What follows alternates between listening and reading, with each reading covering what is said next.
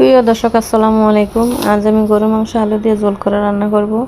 প্রথমে আমি এখানে কড়াইটায় বসিয়ে দিলাম। কড়াইটায় বসিয়ে দিয়ে কিছুটা তেল দিলাম। তেলটা দিয়ে হালকা কিছু পেঁয়াজ কুচি দিয়ে পেঁয়াজটা লাল লাল করে একটু হালকা ভেজে নিয়ে এখানে আমি আদা রসুন বাটাটা দিয়ে দিব।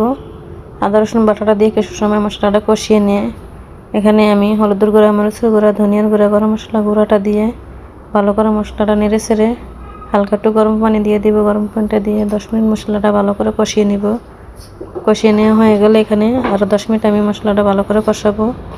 এখানে আমি ধুয়ে রাখা মাংসগুলো দিয়ে দিব। মাংসটা দিয়ে 20 মিনিট ঢাকনা দিয়ে রান্না করব। 20 মিনিট পর ঢাকনা তুলে মাংসটা কিছুটা গরম পানি দিয়ে আরও 20 মিনিট কষিয়ে রান্না করব। রান্না করে এখানে ধুয়ে রাখা আলুটা দিয়ে দিব। আলুটা দিয়ে আরও 20 মিনিট ঢাকনা দিয়ে রান্না করব। 20 মিনিট পর ঢাকনা তুলে এখানে আমি পরিমাণ মতো গরম পানি দিয়ে দিব। গরম পানিটা দিয়ে আরও 20 মিনিট রান্না করব। দেখেন আমার রান্নাটা শেষ। আমার ভিডিওটা ভালো লাগলে আমার পাশে থাকবেন, লাইক করবেন, শেয়ার করবেন, সাবস্ক্রাইব করবেন। অসংখ্য ধন্যবাদ সবাইকে এত সময় আমার ভিডিওটা দেখার জন্য।